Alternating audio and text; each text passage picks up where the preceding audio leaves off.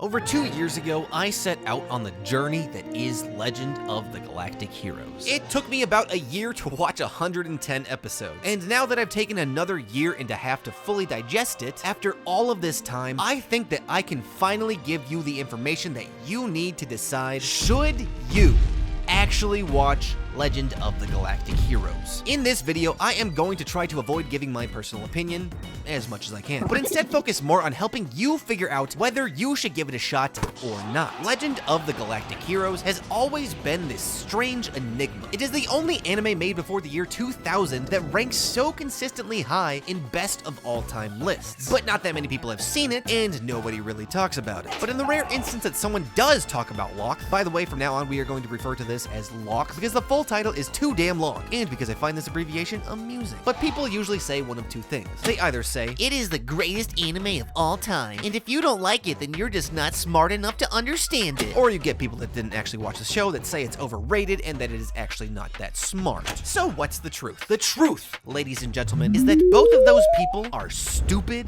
sussy buckets. And one of the core concepts of 𝐒𝐂𝐄𝐄 is that the world is not actually black and white, but instead 50 shades of gay. I mean, the world is mostly shades of gray. Not black and white, shades of gray. So apparently those people that say that those who don't like 𝐒𝐂𝐄𝐄 aren't smart enough to understand it clearly did not understand the show themselves. Checkmate, bitch. So to start off, 𝐒𝐂𝐄𝐄 is really dense, like a harem protagonist. There are so many characters that even by the end of the show, you will see someone who you know is an important character and just not remember their name. And then you'll hear their name and be like, "Oh, yes, is that guy? Haha, yeah, I know that. I know you.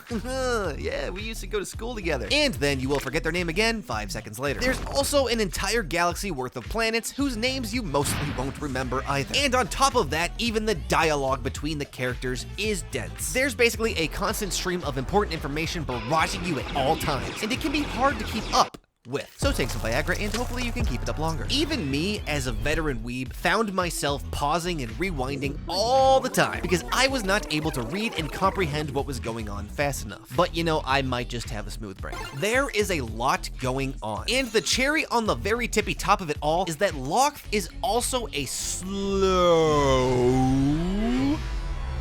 start. It's a slow start. This anime really takes its time setting up its story and major plot points before it goes in and capitalizes on them. And us humans in the modern age live at a time where instant gratification is everywhere. You can even look at my other content for reference. Shameless self-plug, but everything is snappy, quick, and to the point because that's how the internet has trained our brains to process information. So all that stuff really comes together to say that 𝐒𝐂𝐄𝐄 is not easy to get into. You can think of it like any really complex tabletop game, or something like WoW/League of Legends, where there's a lot of setup and learning before you get to really enjoy the core game. For example, I'm pretty sure that I've put over 20 hours into World of Warcraft, but I'm also pretty damn sure that every single one of my friends that play that game would say that I have never actually played it. After 20 hours, I have not played the game. But now you've got your foot in the door. There's still a constant barrage of information, but at this point you're mostly used to it. And now a meticulously written and intricate plot can begin to unfold. The upside to how dense 𝐒𝐂𝐄𝐄 is that its world building, in this case galaxy building, is next to none. And the universe that 𝐒𝐂𝐄𝐄 builds is so realistic that it feels like an actual recording of future events, which only makes sense if you don't think about it. But 𝐒𝐂𝐄𝐄 creates a realistic, seemingly living universe that you get to experience at both a macro and a micro level. In one scene, you watch fleets larger than planets fight using chess-like tactics, while in another you see a revolt in a small farmer village over scarce resources. And then you see two people sitting down talking about tea. The attention to detail is objectively impressive, and the overall plot is solidly written. On one hand, you've got the Galactic Empire, and on the other, you have the Free Planets Alliance. One is a monarchy, the other is a democracy. And those two dudes have been fighting for the entirety of time over control of the galaxy. You know what I'm saying, dog? Those two are always fighting. Then, a genius leader emerges for each party. The Empire has Reinhard, who wants to end fighting by seizing control of the entire galaxy and uniting everyone under his sole control. Which I admit does sound bad, but he's actually a pretty good guy who wants the best for everybody. And he just thinks that putting everyone under a single just ruler is the best way to achieve that. On the other hand, you got Wen-li for the allegiance.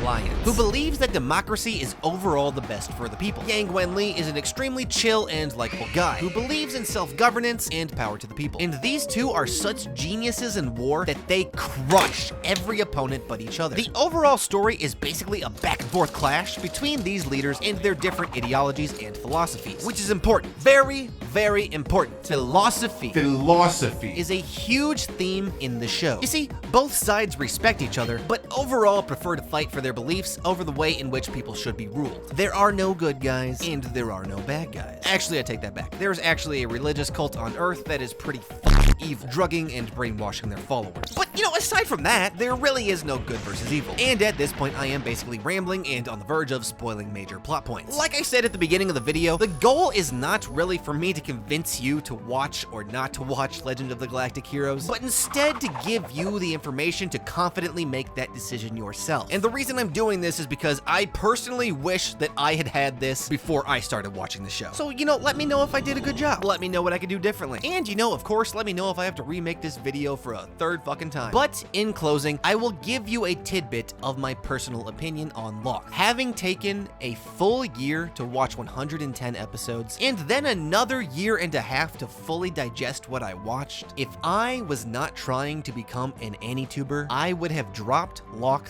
100%, no questions, and I would have been completely fine having never seen it. But in the end, I am glad that I saw it through.